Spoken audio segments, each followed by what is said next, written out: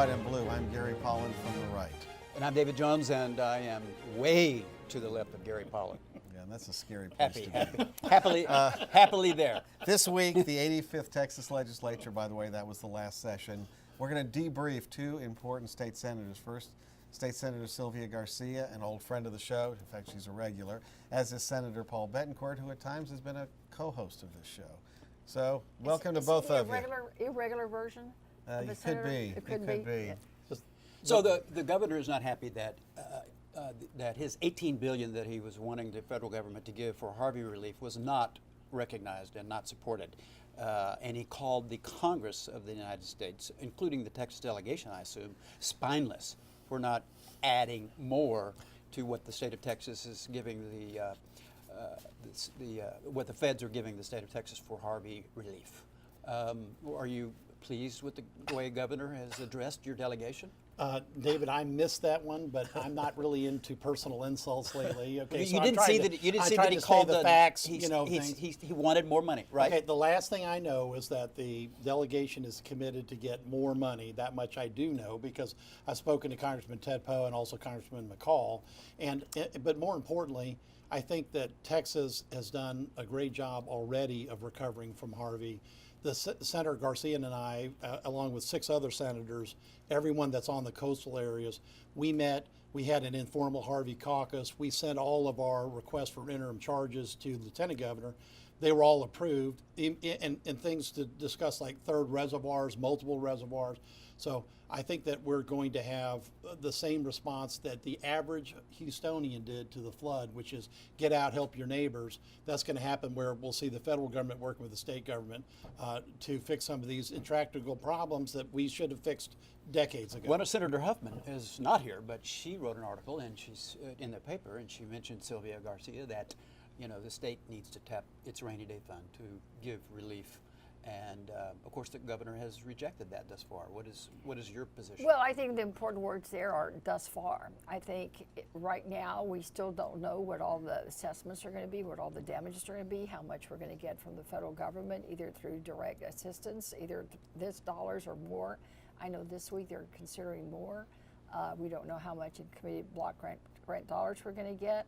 So until you know what's there, and then you also know what damages you have, it's hard to say, well, yeah, we're going to commit something. So I'm one of those that thinks it's better, more prudent for us to wait and see just what happens, what's covered and not. And then when we go back to session or later next year, do a supplemental or do what we have to. And if it has to come from the rainy day fund, I will vote for it. I think she's right. We need to use it as a source because, frankly, that's the only source we have. Well, I need to correct that. First off, I've testified at City Hall on this and in every public policy forum we've had since Harvey. The governor has specifically said, along with the lieutenant governor and now the departing speaker, by the way, all 3 of them have said the rainy day fund is going to be tapped. Governor Abbott has said it over and over again. It's privately to you? No, he said it publicly in every forum that I've been in. So you're correcting David and agreeing with me that thus far. Right. Okay. Well, let me ask you this. But the key thing is that he said, and the only reason why it had been tapped, because Sylvia and I aren't back in to vote for it because you can't tap the rainy day fund without the legislature actually doing it. Does the governor have authority, Senator Garcia, to, let's say, jumpstart the funding for the projects that everybody knows we need? You all mentioned a third reservoir or more, cleaning up the other 2, finishing the Bayou projects that Senator Bettencourt has said have been planned for a long time and just not funded. So can the state put $250 million into the kitty and let's get rolling? Well, I wouldn't know. I don't know if it's $250 million. That's the problem. We don't know how much, because to me, it's not just looking at a reservoir. It's like, let's plan to fix the problem, but also prepare for the next 20 years. We're a large region, and we have to stop looking at this in just terms of Harris County or just Houston. It needs to be a regional plan, and we may need 2 reservoirs. We may need 3. So let's put it all on the table and figure out how much it's going to cost. But in the short term, yes, the governor, together with the other 2 elected leaders through the LBB, can decide that we need to go ahead and spend the dollars, and then we come back later and do supplementals. So in a way, it's sort of like overspending what you have as agency heads for this year, because remember, we deal with biennium. So they have enough money to get through 2 years. They could spend some of the second year money early, knowing that we're going to come back and do a supplemental. That's possible. Let me tell you what So the it's problem possible. is. You talk to your constituents, and how the process works is like making sausage. And they're interested in making sure this doesn't happen again, because the next great flood event for the Houston region could be tomorrow. It could be next week. But there's something that every jurisdiction can do right now, which is disaster reappraisal. Spring Branch Independent School District has triggered disaster reappraisal. What is disaster reappraisal? And that is where you get a reappraised value on your home from the date of the flood. And I actually totally agree with Paul on Right. this one. Right. There's no reason that we've not done that, and I don't understand why the Harris County Appraisal District doesn't just do it, and do it at least for the last quarter of this year, because I know for the damage in my house, and it wasn't a lot, but I did have some damage, my house today is worth less than it did January 1. There's no reason that we're not doing it. And we've got over 150,000 folks in Harris County alone that have been damaged. So let's recognize the obvious. Now, the way that it works now, it's just like in Montgomery County Commissioners Court voted for it, Fort Bend Commissioners Court voted for it, Harris County Commissioners Court, and if Sylvia was on the court, she'd be voting for it right now. They haven't voted for it. But Paul, it takes 3 jurisdictions, right, to ask the appraisal district to do it? Well, actually, it's 2, I believe. 2? But I thought it was 3. But Katie and Spring And Branch City have of done Houston, it. which Right. was a big victim. No, and the city of Houston needs to do it. Now we'll talk about the city's tax policy, but right now that's what we need every taxing jurisdiction to do: trigger disaster reappraisal, because you can't kick Texans when they're down. And she knows this because she was a controller. Can you imagine what it's going to be like for those bills to come out around Christmas and January? Those homes are gutted. They have no money. And they don't have any money. They haven't got and no insurance. the taxing jurisdictions are demanding the full payment, and if not, they're going to pay a penalty. 100,000 people need help, and that's how we can do it now. Well, It's there's just not how many fair. million Texans are Right, there? and well, let's say it again. No, She I'm said it- changing the subject because we've. No, she we've said got it wasn't fair. It's very important. Great. She said it's not fair. It's a moral You know responsibility. what else is to not do it. fair? The tax structure of the state of Texas. And what, I know you'd rather talk about the city of Houston and what it does with its taxes and its tax rates and all that. But guess what? We didn't have a tax reform bill in the last legislative session. And I don't know whether you know it or not, but the Tax Foundation of the state of Texas, which is a right-leaning group, says that we are 13th in terms of our business climate in the state of Texas. And with Alaska 13th in the and country?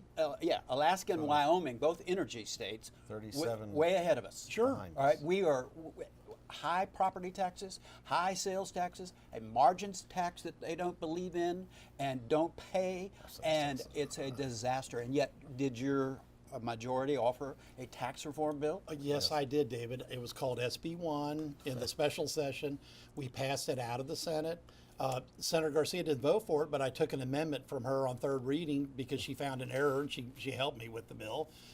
Did he but- misspell something? Actually, it was something that we needed in terms of notice and transparency, Right. and he agreed to it. To his credit, he agreed Now, to it. David- Even though he knew I was going to vote against the bill, he accepted the amendment. So this is why the Senate's the most deliberative body that I've ever seen, because we can work together even if we're voting yes or no Cross-party. on a bill. Now, bottom line is, I don't care what foundation told you that. It's absolute nonsense. We had a They do a property tax rating. reform. They do a rating. Dan, And, I- and David, I I'm just not said worried it was a about the rating. right-leaning I tax already foundation. said David, that. I'm That's not worried asked about and the answered. rating. I'm trying to answer the question Okay. about did we have a reform bill, and the answer is yes.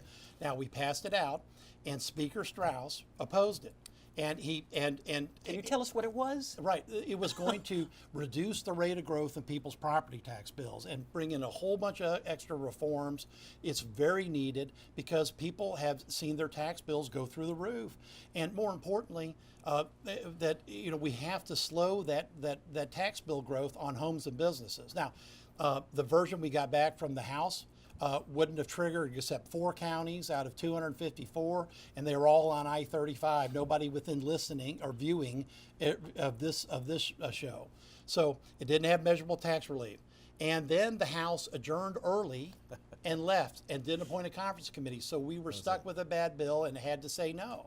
Now, what I'm happy about, and actually I'm very excited about going back to the legislature with Senator Garcia and others, we're going to actually have a chance to pass it because the speaker won't be blocking it because he's not going to be there. Senator Garcia, I think you know that the House also passed 1.9 billion that they would add to the education budget. Correct. And that didn't make it out of the Senate because Mr. Bettencourt probably, but certainly Mr. Patrick, decided that they wanted to attach a private voucher program, Right. and the House, of course, rejected that. And the state of Texas Of lost course. $1,900,000,000 added to the education budget. We just didn't do lost. enough for education, for Thin public air. education. And, you know, I don't support taking public dollars and giving them to private schools. I just don't, period. And this did provide, there was an attempt to do what's called educational savings accounts. It was, you know, vouchers for private schools. And there was also some changes that were made. So I voted against that bill. And just like I voted against his bill on SB1 because it really didn't include everybody. In my mind, it was targeting cities and the bigger counties, and exempted all the MUDs. It exempted a lot of other That's other the areas. House version, Sylvia. That's So not my it version. just didn't work. And in my view, if you're going to do it, it's going to be what's good for the goose is good for the gander. Well, did you ever see a bill that the House passed in the Senate that would have added $1,900,000,000 to the state's education They already budget? said it didn't pass. It didn't. Well, it But passed the there- House. Okay, There, you there said was a that. bill that Well, was but in passed in the special. But in conference. but that died too. No, there was We were $351 million. expected back. No, $351 million was added in the special session into what is basically the formula funding system of the state. That For was added education. for education. When Okay. you still haven't recovered from the $5 billion that was cut in Okay. 2000. No, we have not. You have Okay. not. No, we have Yeah, not. but The David, I poor- wasn't let me even let me there just say- then, so I well, can only tell all you I can- what we're No. doing now. But Well, I the can an- t- but the an- I can the tell. I short can answer tell is him. No, we have not. I can tell him that the Public Policy Priorities organization says Right. that the poor school districts now get $236 less in per pupil instructional spending than they did before the $5 Yeah, billion well, cut. that's That's a left-wing possible because think the tank. state, in terms of state dollars, is spending less today than we ever have had in terms of contribution. That's 'cause our Most of property the taxes dollars, locally are most of so the high. dollars are coming from their recapture dollars that are sent up and then sent back. Right. But in terms of state revenues, general fund, it's now less than 50%. I know that that's one thing that But the Governor recapture White- monies are substantially different post-Harvey. For example, the HISD That will recapture, change. that's Yes. going to change like that. Which is good. You know, Okay, and David, I if think you- that's, I'm glad he mentioned that because there is a lot of preliminary numbers that we've seen that are really, really high in terms of damages to schools. And I'm not just talking Houston ISD, I'm talking the state. You know, schools that have not opened, they will not be open. Kids are having to go Port to their neighbor, Aransas. Port Aransas, Right. Rockford, those areas bad. are not even going to any school there because there is no school. So the issue of recovery for our school districts is a huge, huge problem. Okay, and we have a 300-mile swath of damage. 1 out of every 5 school kids was, involved in that disaster of Harvey. And the TEA commissioner at the last finance committee meeting said at least $1 billion, at least $1 billion is going to have to be put into schools on the operating construction. side. No, not just because most of that's handled with insurance and FEMA. Okay.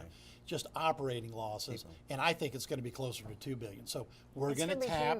huge. And we're going to be voting, I think, for I think Probably actually, rainy day money for rainy, that too. rainy day money And up to, on your up to tax the $2 reform, billion. on your tax reform bill, what would be the annual budget? And what was the annual revenue that would be coming into the state of Texas in your bill? What was the annual budget? Was it David, going to be David, my increased? bill property dealt with tax property reform. taxes, It would and be- that's not part of the state budget. It would be at the local. Yeah, that would have been local for level. 4,000. All of them in my bill, as said, was all the MUDs, all the special districts, all the cities, all the counties, you name it, were all in that bill. So that's the House gutted it. That's one of the reasons why we couldn't accept it, because Sylvia's right. The House version didn't apply to everybody, so we're not going to do it. All right, we had a previous guest, the mayor of Houston, and we were talking about his pension reform plan, and it appears there could be differences between you and him, Senator Bettencourt. He said the bonds are passed, the $1 billion for the pensions will result in no tax increase, no increase in taxes paid by any citizen. What does your analysis say there? Okay, look, I voted for the bill along with Sylvia and others once they put the I actually triggers didn't in. vote for the bill. I abstained. Oh, you abstained. That's right. Sorry. Well, because I had to. I mean, It was close, I right. receive a pension check from the city of Houston in interest of full disclosure, so I could not vote That's for a the good bill because reason. it impacted me. All right. All right. So I wouldn't have blamed you, okay, had you. I don't know what a bond that says no new taxes is. It doesn't exist. I don't know why the mayor's advertising it that way, because any bond has a cost. Any bond costs more taxes. And I was astonished when I saw that on television, because I don't understand why to project that to the public, because but we've had problems with the city. We've had hearings before where, whether it was Renew Houston on the drainage fee or all these other bonds and initiatives we've had. So I disagree with the mayor. Any bond has a cost. There is no such thing as a new bond with a bond with no new taxes. I don't know how to do it. All right, Well, I think what he means is that there will not be an increase in taxes to pay for the bonds. I mean, he's right that there's cost to a bond, but all that is figured out when they average it out and amortize. So Yeah, except Sylvia, last spring, and I saw- the city, last 2 years, the city's run in a deficit. They had to do smoke and mirrors to balance the budget. And this is going to be new money the city spends, because this whole idea, oh, well, we're going to pay down the bonds. We had to pay the pensions anyway.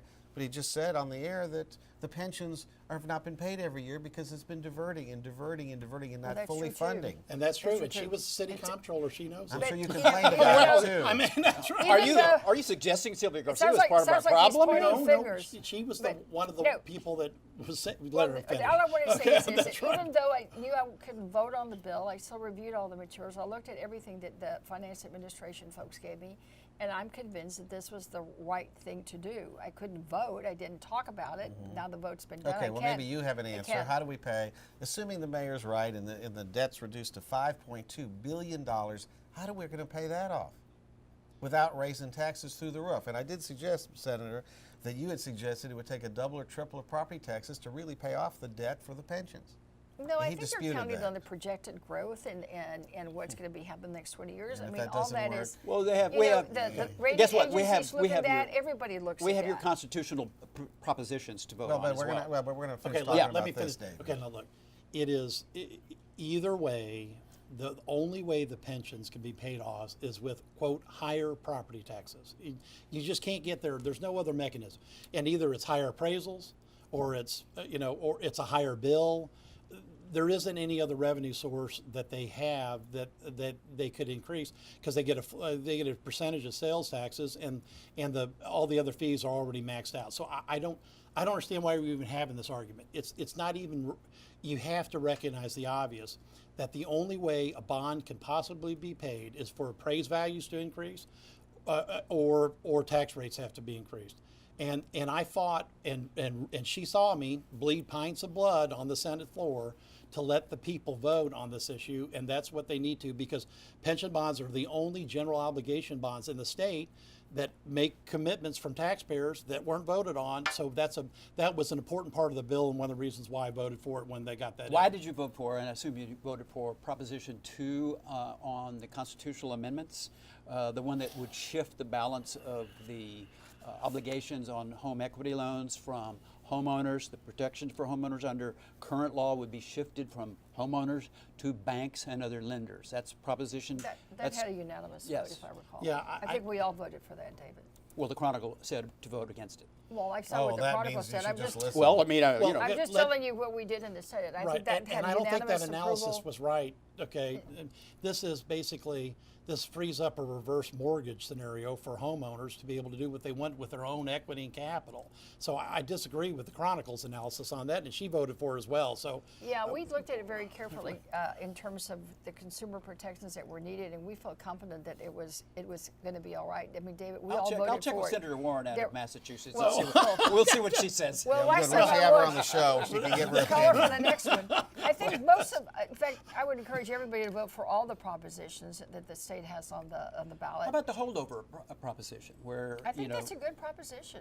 so that if somebody's term expires, they're gone, and nobody has to fill the spot, or No, they it just can means make it. that whoever's making the appointment is to hurry up and make the Right. appointment. yeah, right. Yeah, And, and get that- the approval. I and mean, if they it's don't, meant so that someone doesn't hold over for, like, sometimes we've seen agency heads being there For for years. years, David. and no one's approved them. That's Right. just not right. This is good bipartisan I guess public David doesn't policy like stuff. that, but it's a good idea. Forget Elizabeth Warren. You're looking at the wrong state. I'm sure Sylvia's Elizabeth. right. I Right. think Can I tell you? Elizabeth Talk would to the agree with on senators in this Texas, one. not the ones from Massachusetts. I'm reporting only what the Chronicle says.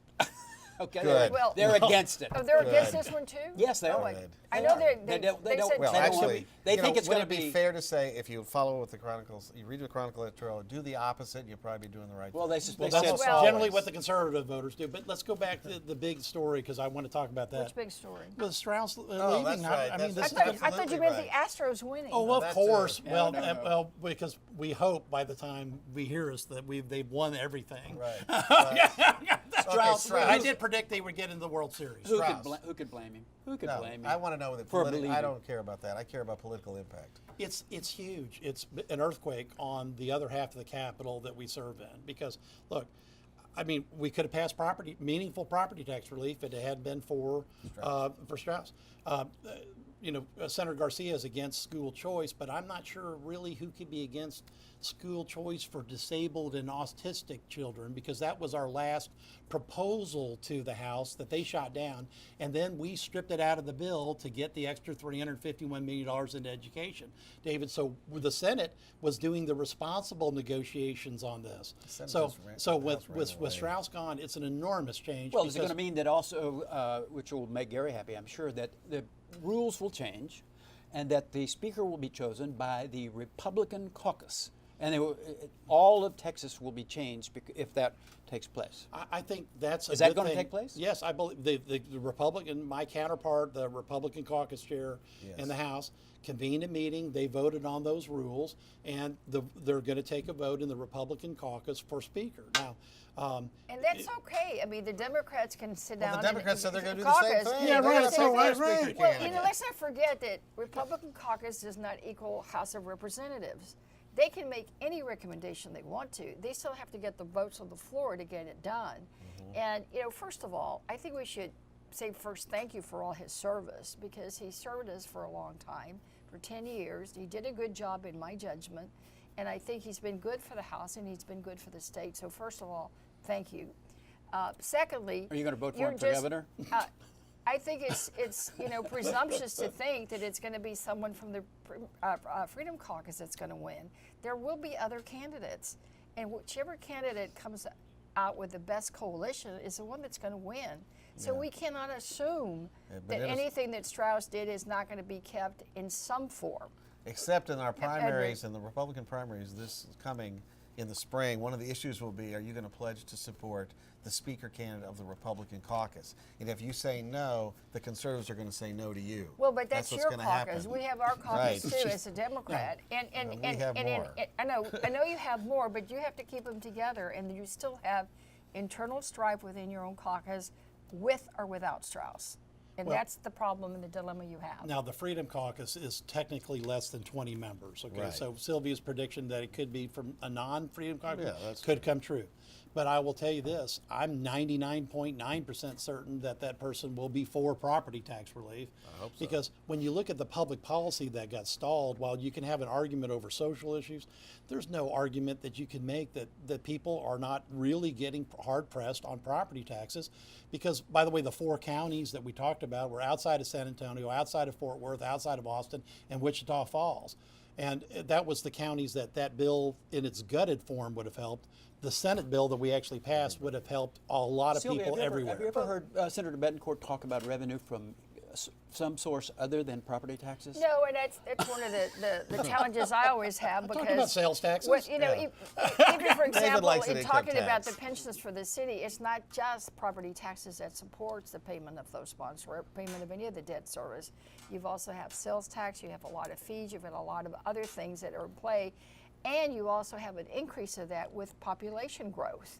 So some of this works itself out without a property tax increase. But a pension bond So again, attaches property tax payers to the debt. That's why it was so But- critical but for it- them to be able to vote on it. And that's why I should But, vote no. but there is a mix. That's The question is, the bigger issue, which I'm surprised he didn't bring up, is the revenue caps.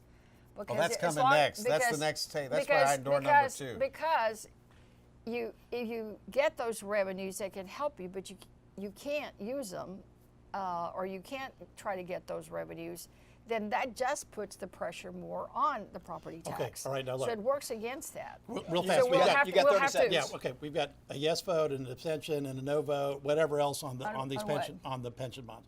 No, I'm going to vote for the pension Okay, all right, bonds. I say vote but, no. but let me make And I real ask clear. everybody to do that. Okay. I disagree. The revenue caps have been proven to have saved $120 million in 1 year for Houstonians, for Houston hard-hit taxpayers, because what the mayor proposed was so high, and then because of the last amendment, and not counting a $50 million check from Governor Abbott, to get that off the table, and then all of a sudden it became an issue again, which everybody objected, including 15 out of 17 members of Houston City Council voted no against the mayor to keep it at the property tax cap that was already in place. Right. $120 million. That's why that cap's good, because otherwise that money would have been gone from hard-pressed homeowners and people that flooded. Thank you, Senator. Thank you, Senator Bettencourt. Thank you, Senator Garcia. Thank you. Thank you Always for. a pleasure. We would like to have thanked you for helping the women that are uninsured in the state of Texas, but that never came up. And see us next week on Red, Okay, White, and that's Blue. bizarre.